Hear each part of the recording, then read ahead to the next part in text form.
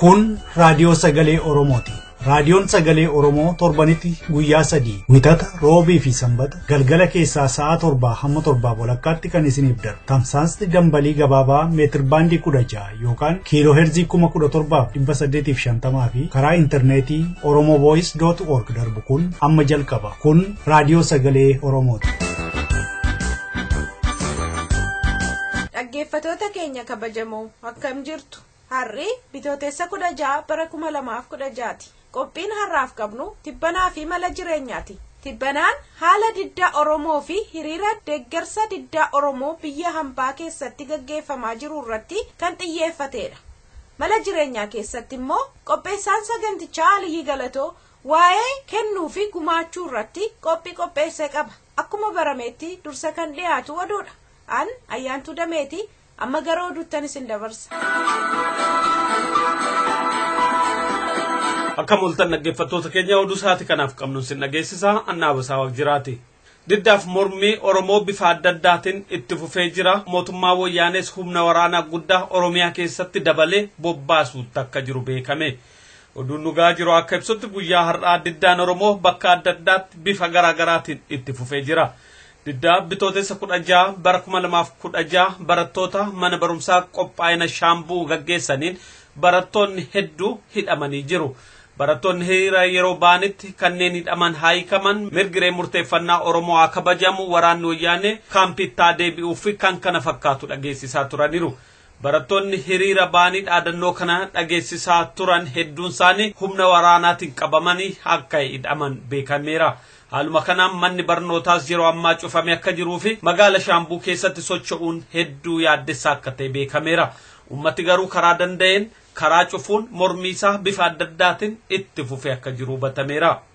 Diddaan kun magaalaa Naqamtee keessattis haala adda addaatiin itti fufee akka jiru beekameera. Guyyaa har'aa barattoonni mana barumsaa Waachaa keessatti argaman hiriira bahuudhaan ajjechaan uummatarraa akka dhaabbatu gaafatanii jiru. Humni waraana naannoo sana tures battalatti dhiyaachuun barattoota kunneen irratti dhukaasa banuun barattoota hedduu akka miidhee fi akka reebaa oole beekameera. Barattoota hidhaman kana garuu uummati naannoo sana jiran bahuudhaan poolisootaa fi humna waraanaa akka deebifatan beekameera. Diddaan kun Oromiyaa baha aanaa Daaroo Labuu keessatti itti fufee akka jiru oduun achirraa nu ga'ee hubachiiseera. Sababa kanaan guyyaa har'aa waraanni gaazii mana barumsaa sadarkaa lammaffaaf qophaa'ina Machaaraa keessatti argamuun barattoota hedduu akka reebee fi ari'ate beekameera. Barattoonni hedduu yeroo ammaa gara mana barumsaatti kan hin deebine yoo ta'u kanneen deebi'an xiqqoonis hiriira bahuudhaan akka addaan bittimaan beekameera. Kun kanaan otoo jiru guyyaan har'aa taankii Wayyaanee gara 14 ta'an Oromiyaa baatti akka socho'an hubatameera. Keessaayyuu taankonni kun magaalaa Ciroo keessatti akka argamanii fi hedduun isaanii gara daangaa Oromiyaa fi Somaaliyaatti akka bobbaafamaa jiran beekameera. Kanumaan kan wal qabates taankonni kunneen uummatattis shororkeessuuf kan bobbaafaman ta'uu odeeffannoon nu ga'e hubatameera.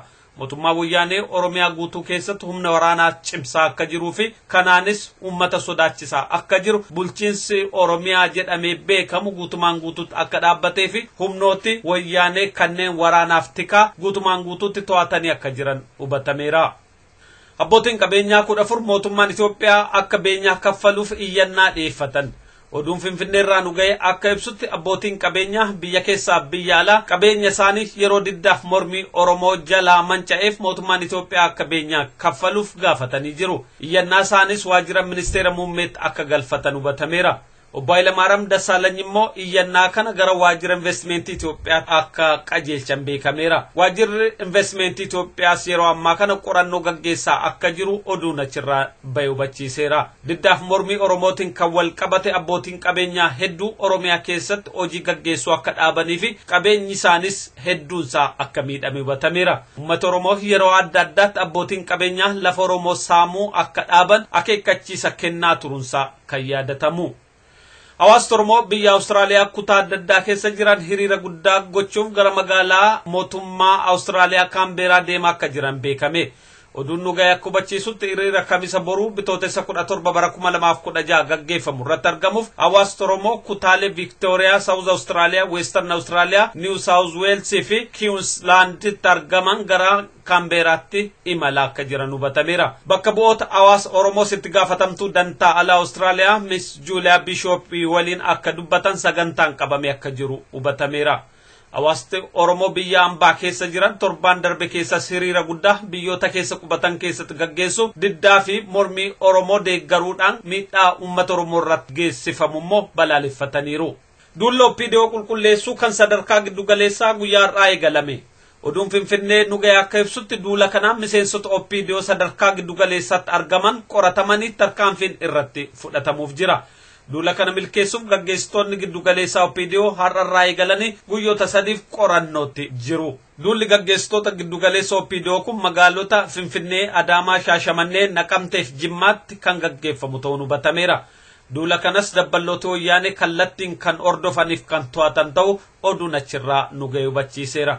Kun kanaan otoo jiru Ihaadig paartii tokko ta'uudhaaf qophiin gaggeeffamaa akka jiru hubatameera.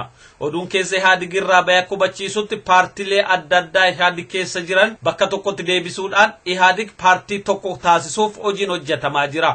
Kunis kan dhalate diddaalee fi ilaalchota adda addaa paartilee garaagaraa keessatti mul'atan irraa ka'ee akka ta'e hubatameera. Akka kanaan yeroo dhiyoo keessattis Ihaadig paartii guddaa kan ilaalchaaf adeemsa tokkoon gaggeeffamu taasisuuf hojiin hojjetamaa jira. Haalli kun immoo paartilee Ihaadig kanaan dura haala adda addaatiin hojjechaa jiran akka isaan wiirtuu tokkotti galanii ilaalcha tokkoon gaggeeffamanii fi olaantummaan TPLF sadarkaa olaanaatti akka mul'atu kan taasisu jechuudhaan keessa beektonni eeraniiru. Kaleessa galgala naannoo sa'aatii 5 walakkaatti awutoobisiin Haayigar Finfinnee keessatti garagalee balaa kanaan namni tokko yoo du'u 13 immoo miidhamanii jiru. Oduun nu ga'e akka addeessutti awutoobisichi piyaasaadhaa gara Lagaaritti otoo imalaa jiru waltajjii Teedroositti garagale. Balaa kanaan namooti 13 miidhamanii akka jiran hubatameera. Namni biraa kan karaarra deemaa ture tokko immoo lubbuunsaa darbeera. Namooti miidhaman immoo yeroo ammaa wal'aansarra akka jiran beekameera. Sababni balaa kanaas maal akka ta'e waan hubatameen jiru. Oduun sa'aatii kanaaf qabnu kanuma qophii keenyaa fi waliin nagaannu tura.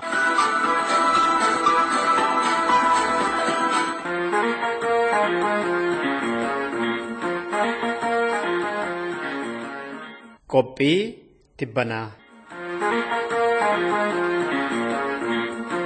Dhiyeenyuma kana gaafa bitootessa 10 fi 11 bara 2016 addunyaa guutuu irratti biyyoota garaagaraa keessatti Oromoon diddaa biyya keessa amma deemaa jiruuf quuqama qaban hiriira bahanii ibsachaa turan. Awustiraaliyaa hanga Ameerikaa Kanaadaatti bakka hundatti iyyuu kaayyoon isaanii wal fakkaata. Fincila xumura gabrummaa xiqqaa guddaan magaalaa baadiyyaan Oromiyaa keessatti itti jiran nutis isin bira jira jechuudha fi jumlaan ajjeesuu hidhuu ukkaamsuun Itoophiyaan Oromoo irratti raawwataa jirtu addunyaatti saaxilanii akka irraa dhaaban gochuudhaaf.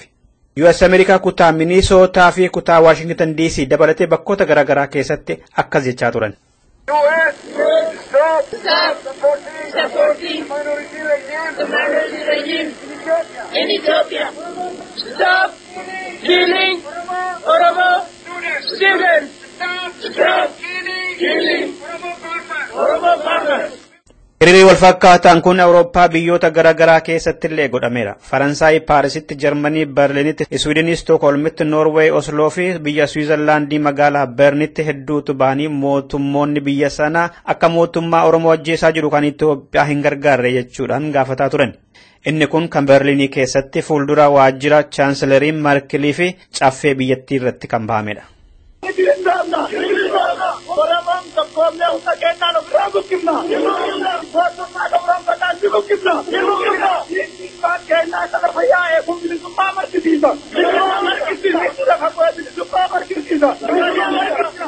Norway tarkaanfii gara jabeenyaa mootummaan Itoophiyaa Oromoo irratti fudhataa jiru balaaleffataa oolani.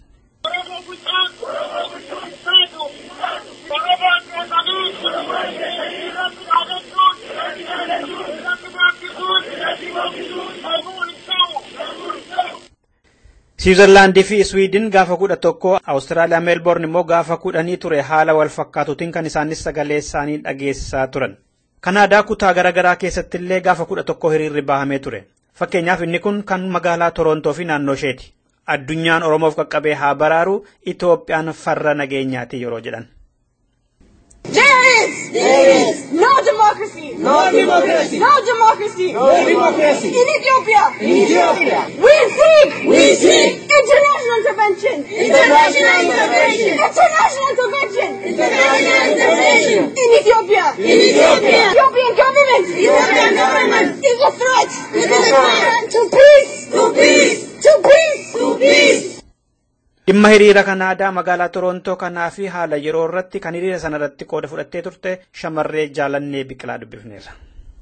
Namni lakkoofsaan hedduutu argame dhaadannoo dhageessisuudhaan mootummaa Kanaadaatti iyyachaa turanii uummanni keenya yeroo ammaa biyya keessa jiru sana dura dhaabbachuudhaaf mootummaan Kanaadaa gargaarsa mootummaa Itoophiyaadhaaf godhaa jiru akka dhaabu kana qofaallee osoo hin taane ummata Oromoo gargaaruu akka qabu barattoota Oromoo haqa isaanii falmachuudhaaf ba'anii rasaasa wayyaaniitiin dhumataa jiran san gargaaruu akka qabu gaafachuudhaan sagalee isaanii dhageessisaa turanii uummatni magaalaa Torontoo akkasumallee naannoo isheerraati baay'eetu argama. Magaalota adda addaatti illee godhameera kan akka Kaalgaarii, Saskaachuwaan bakkoota kanaatti godhameera. Oromoon iddoo biraa kutaa Kanaadaa keessa jirullee walitti dhufuudhaan fakkeenyaaf Ottawaarraa gara Torontootti dhufanii akkasumallee magaalaa xixiqqoo naannoo jiran irraallee gara kanatti dhufanii malee bakka hedduutti godhame.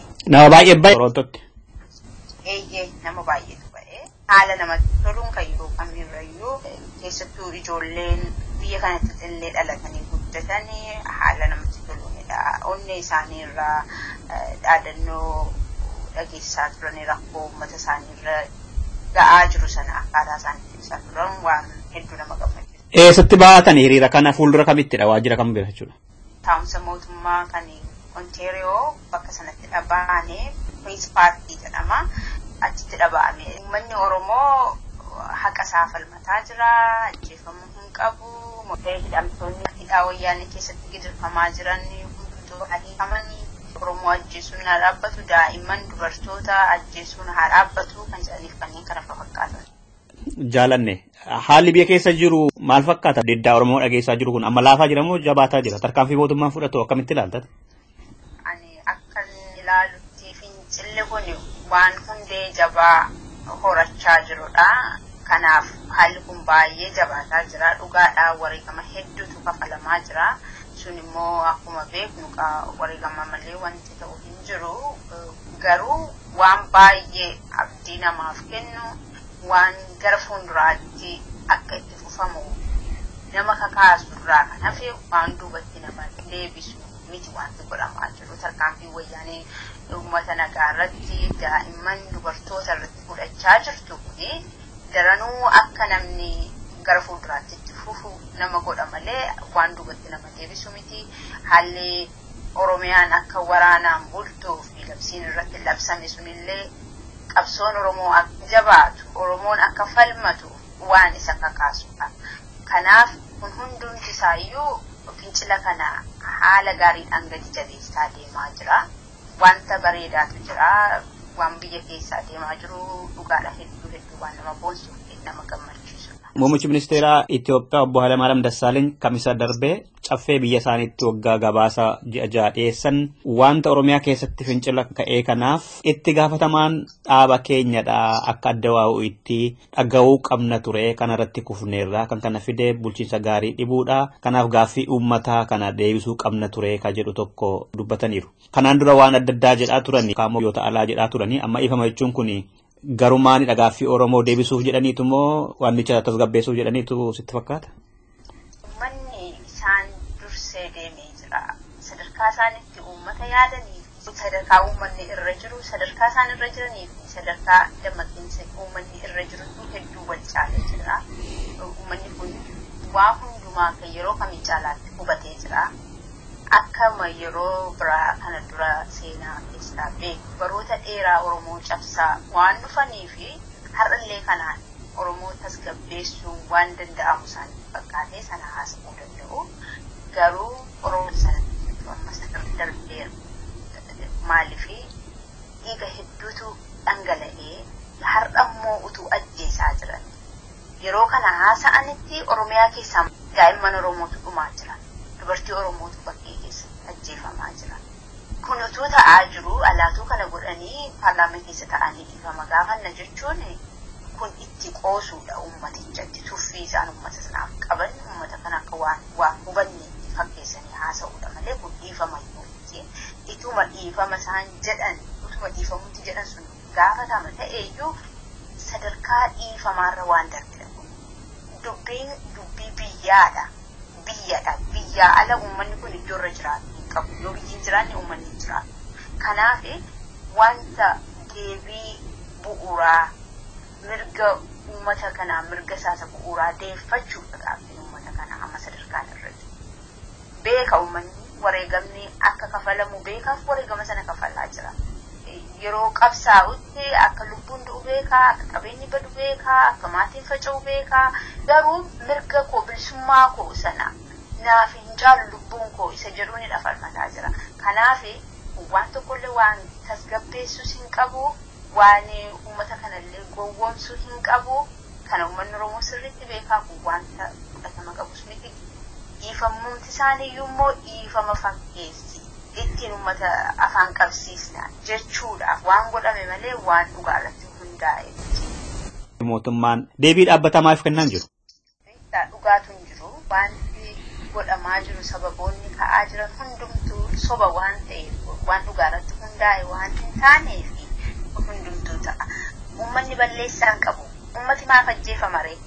Yoo dhaabota mormitootaatu godhaa jira ta'e dhaabota mormitootaa bahanii lolanii loluu danda'an maaliif uummata nagaa fixu? Maaliif barattoota mana barumsaa fixu?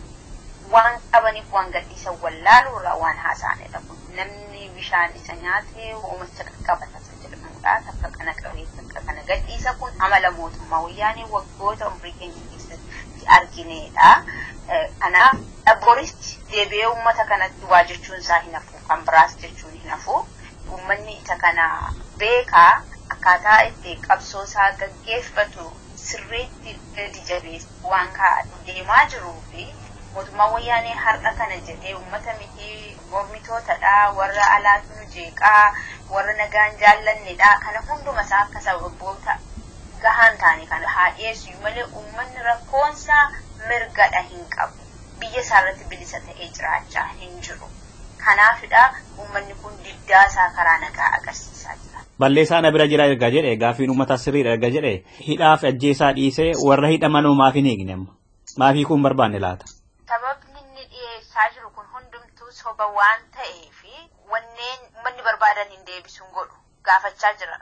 Barattoonni hidhamtoonni siyaasaa haalii qabamee gaaffii uummanni gaafachaa jirudha. Garuu warruma kana gaafatan iyyuu hidhaa jira. Kanaaf mootummaan kun mootummaa gaaffii uummataaf deebii kennu miti. Gaaffii uummataaf rasaasadha kan inni deebisaafii jiru. Kanaaf furmaata fiduu hin barbaadu. Daadhuma amma Oromiyaa keessa ji'a 4 fixe kanaan walii qabsiifnee kan keessa OPDO immoo ilaalle dhaabbatni Dimokiraasummaa Uummata Oromoo qondaalota gurguddoo lamaan hojiirraa kaasaniiru. Koree giddu galeessaa keessaa baasanii obbo Dhaabaa Dabalee fi obbo Zalaalam Jamaanee isaan kaasuun kun kan sababa itti ta'e mootummaan akka malaammaltummaateedha bulchiinsa gaarii dhibee jedha. Dhuguma isaan lamaantu Oromoo miidheetu ka'an immoo wanti OPDOon kana fudhachuu danda'eef maayini laata akkatti ilaaltutti? Bulchiinsi gaariin takkaa ma'uu biyya Itoophiyaa jedhamtee jirtu baay'ee sana keessatti ta'ee hin beeku waa hundumtuu waan isaan waggoota 25 fi saduma keessaa jiranidha. Beekna OPDOon wanta tokko ofiishee murteessitee hojjechuu akka hin dandeenye wanta wayyaaneen itti kennitu qofa hojiirra oolchisuu irratti qofa kan bobba'anii jiran ta'uu sana ni beekna. Har'a sana gochuu hin dandeenye. Humna isaanii ol ta'e ergamtoonni isaanii kun sana raawwachiisuu hin dandeenye shakkiitu gidduu isaanii jira wal amantaatu hin jiru maaliif akkaataa isaan kana dura ergachuu baranitti ergama isaanii sana raawwatanii fi bu'aa isaan barbaadan fuudhanii fi deebi'uu hin dandeenye isa kanarraati amantaatu gidduu isaanii hin jiru. OPDOon uummata keessa deemee akka durii waan barbaade gochuu hin danda'u wayyaaneen waan inni barbaade sana waan inni hin goosisnee fi achi isa kaa'uun isaan barbaachisu. Kanaaf kan isaan OPDOon amma homaa isaan fayyadaa akka hin jirre waan baranii fi sirna waraanaan Oromiyaa hiranii bulchuutti kan isaan ce'anii ammallee warri hafan illee carraama kanatti isaanii eeggata. Kana booda viidiyoon waan isaan mootummaa wayyaanii barbaachisuuf hin jiru. Maaliif kallattii man waraanaan bulchaa jiru waan ta'eef waan hojjetan hin qaban kan. Itti gaariin uummanni Oromoo sana beekee OPDO dhaga'uu didee jira. Kun immoo akka kallattii waraanni dhaqutu ta'aa jira. Kun qabsicha daran akka jabaatu godha. Isa kanaaf OPDO mootummaa wayyaanee gidduu nagaa fi walamantaan itti fufee jiraata jechuun rakkisaadha. Dhaggeeffattoota keenya qophii tibbanaarraas kanumaan xumurreerra. Keessummaa keenya jaalannee Biqilaatiinis ulfaadhu jenneerra.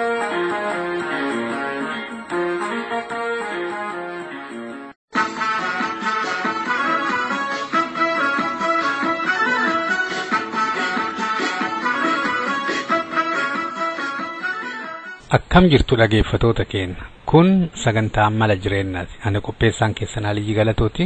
Itti dhiyaadha. Uduun jaalanne kennuu hin dandeetta, garuu uduun kennine jaalattee hin dandeettu. Kennu jechuun waan ofii barbaaddu tokko dabarsiteet waan biraatiif yookiin ammoo nama biraatiif yookiin ammoo haala biraatiif yookiin ammoo kaayoo wayiitiif dabarsitee kennuu jechuudha. Waan hin barbaanne kennuun kennuu miti, gatu jedhama malee. Kanaaf amma nama yeroo arrabsitu, nama yeroo hamattu, nama yeroo jibbitu namni kun wanti sirraa fudhachuu diduufi atuu waan itti hajamnee waan kana darbaattaa jechuudha.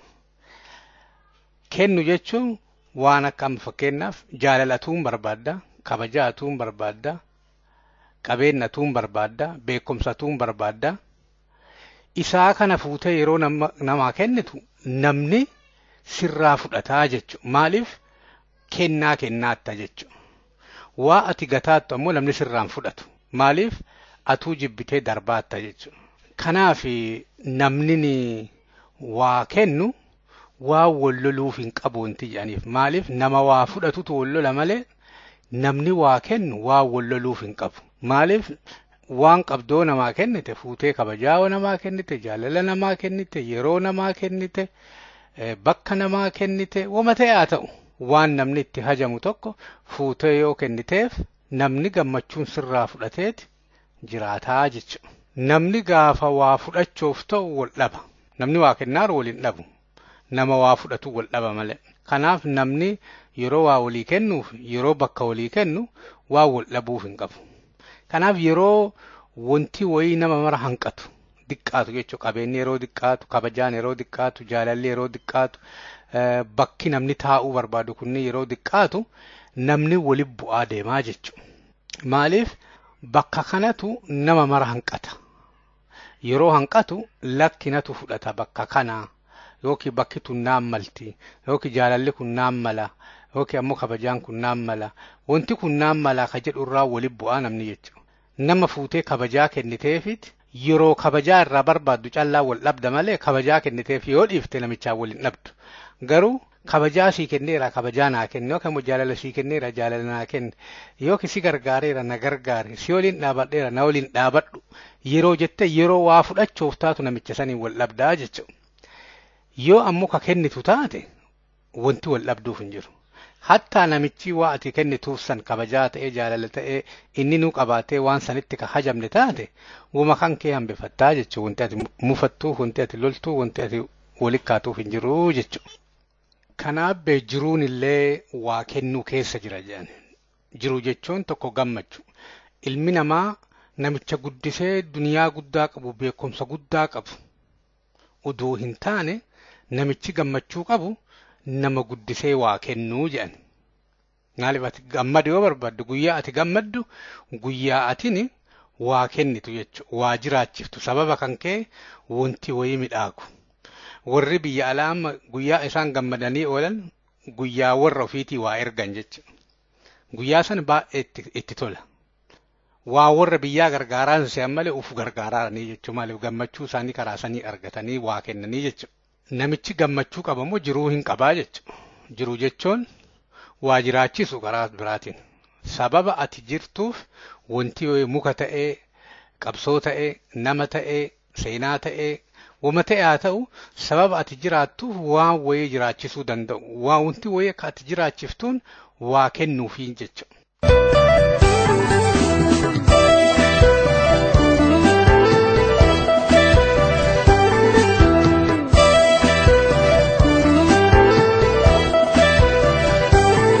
Walgargaara lakkifee walgargaara barataan beelee bosonaa ciisaa jira. Walgargaara lakkifee walgargaara barataan beelee bosonaa ciisaa jira. Walgargaara lakkifee walgargaara barataan ari'amee bosonaa ciisaa jira. Walgargaara lakkifee walgargaara barataan beelee bosonaa ciisaa jira. Mirga keetiif falmee barumsa irraa ari'amee maleessa. Faayisaa dhabee. Balbalatti cufiin irraa banii malee dhiiga keetii barii ati nallee malee. Balbalatti cufiin irraa banii malee dhiiga keetii barii nalchinees malee. Diinaan si gaafataa yoo du'e akka malee.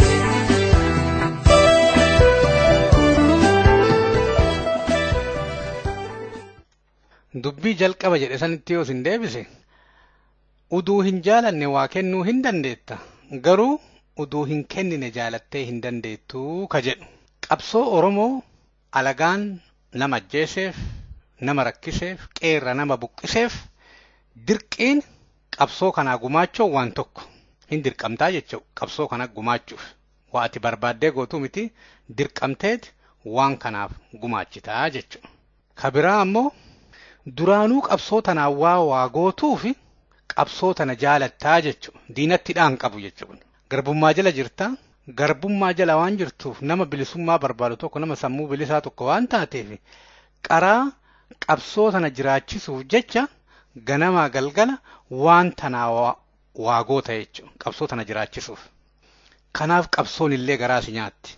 Kanaaf namni keellee garaa si nyaata. Kanaaf oromummaan keellee biiti keellee loon keellee margi keellee haati teellee fardaafarreen kee qilleensi keellee wanti garaa si nyaatuuf kanaaf maaliif waan kanaa waa kennituuf waan kana jaalattaa jechuudha. Waan kenniteettuuf jechuudha. Maaliif situ achi keessa jira. Waan ati keessa hin jirre tokko hin jaalattu beek.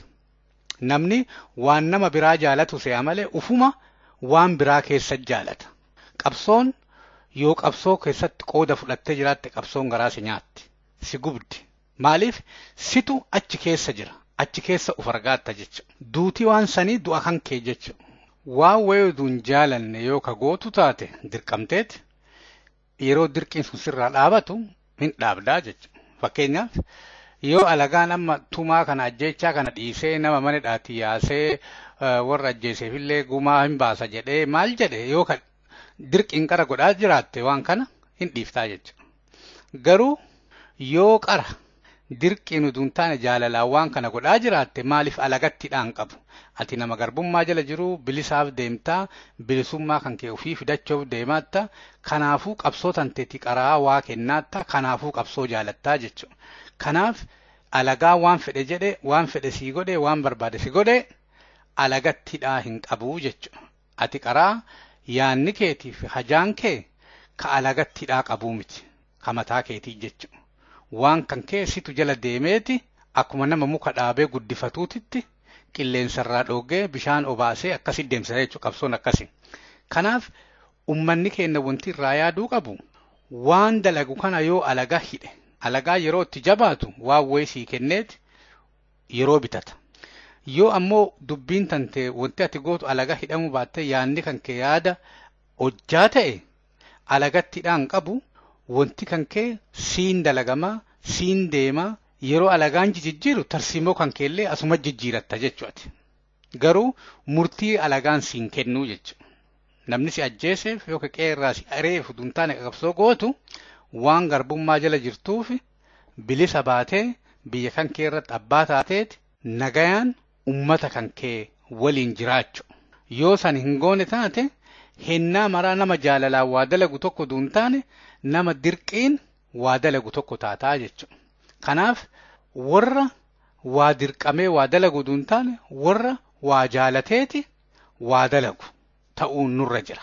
Waa jaalannee waa dalaguuf ammoo ka dura waan sanii waa kennuu danda'uu yookaan immoo jalqabuu qabna. Yoo waan tokko ka waa kennu nu taate waan sanillee jaalataa deemnaa jechuudha. Kanaaf dirqii malee waan san dalannaa jechuudha.